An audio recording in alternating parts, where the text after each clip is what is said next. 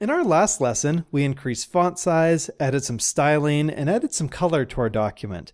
In this lesson, we will experiment with different line spacings to see if we can make our documents even more readable. Let's head over to Google Docs and launch our project document. Now, before we get started, take a good look at this document. It doesn't look bad, but each line of text is pretty close together. We could add just a little bit more space in between those lines to make it a lot easier to read. Before we can change our line spacing, however, we need to select all of the text.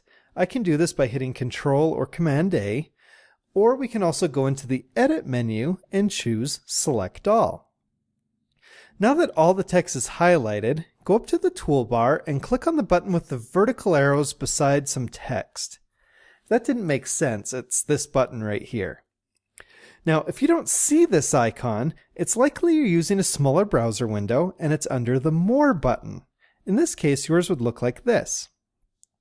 Alternatively, you can find line spacing under the Format menu right here. Notice how it says I'm currently using single spacing? Let's change this to double spacing just to see how it changes things.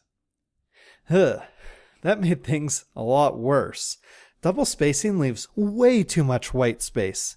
Let's go back to the line spacing option, and try using 1.15. Now that looks better. I'm happy with how the line spacing looks now. It's not too squished together, and there isn't a ton of white space.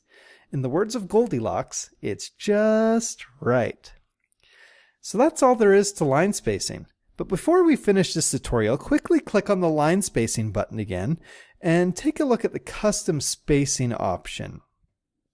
In some cases, you might want to have more control over the space before or after a line of text or paragraph.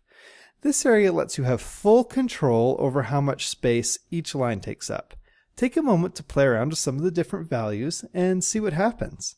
Oh, and if you don't like what you tried or you really mess things up, you can always click the Undo button to go back a step or two.